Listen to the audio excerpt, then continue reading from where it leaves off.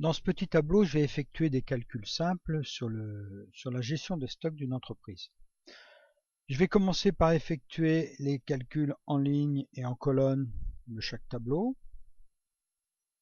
Pour cela, rien de plus simple, je sélectionne les valeurs ainsi que les lignes vides, je clique sur la somme automatique et les calculs s'effectuent automatiquement. Je répète l'opération pour le solde initial, les entrées et les sorties. J'effectue ensuite pour chaque atelier un calcul lui aussi assez basique. Je suis donc égal à ma valeur initiale, plus les entrées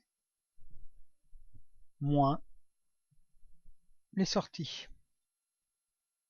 Voilà. Je remarque que chaque cellule, chaque référence de cellule est d'une couleur différente. En cliquant dans la cellule, ça me permet de bien identifier chaque élément utilisé dans la formule. Je valide.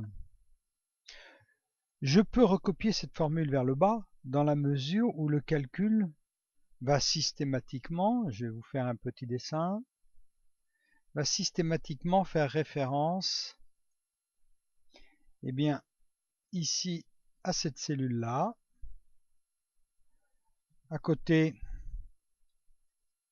je fais référence à cette cellule-là. À côté, je fais référence à cette cellule-là. Et donc, quand je vais recopier la formule vers le bas, dans la mesure où les calculs sont relatifs à la longueur de mes flèches, je les groupe.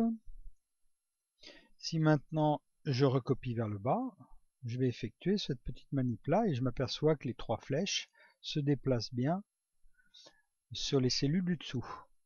Idem pour la droite. On utilise alors une valeur relative, c'est la valeur standard d'une cellule. Où que je sois, je serai toujours référencé par rapport à ces cellules-là qui sont relatives à mes trois flèches. Je vais donc recopier vers le bas, recopier vers la droite, ou éventuellement j'effectue une sélection, je pourrais presque faire une sélection complète, et là je lui dis CTRL B pour recopier la formule vers le bas, CTRL B, et puis CTRL D pour recopier la formule vers la droite. Et voilà, mon calcul est terminé. Mes calculs sont normalement corrects, avec ici l'opération qui s'est répétée partout. Voilà.